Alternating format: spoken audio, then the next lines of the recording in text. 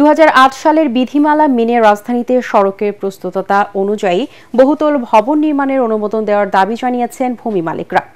ঢাকার সব রাস্তা কমপক্ষে 20 ফুট প্রশস্ত করার কথাও বলেন তারা। ড্যাপের কারণে ক্ষতিগ্রস্ত ভূমি মালিকরা সকালে জাতীয় প্রেসক্লাবের সামনে এক মানববন্ধনে এসব দাবি জানান।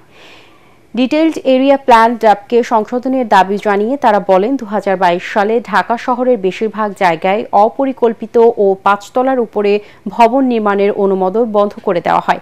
এতে ভবনের উচ্চতা কমে যাওয়ায় জলাশয় ও খাল খরাটের মাত্রা বেড়ে গেছে বলে মত তাদের। ভূমি মালিকদের অভিযোগ, রাজুকের কর্মকর্তাদের অবৈধ লেনদেন ও হয়রানির কারণেও অনেকে ভবন নির্মাণের অনুমোদন পাচ্ছেন না।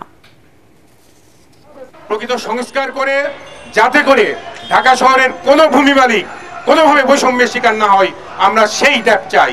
আমরা ড্যাপের বিরোধিতা করছি না, আমরা সবসময় ড্যাপের পক্ষে, কিন্তু এই ড্যাপের নামে আমাদেরকে ঢাকা শহরের 80% মানুষকে প্রতারিত করা যাবে না, বঞ্চিত করা যাবে না। আমরা এর তীব্র বিরোধিতা করছি।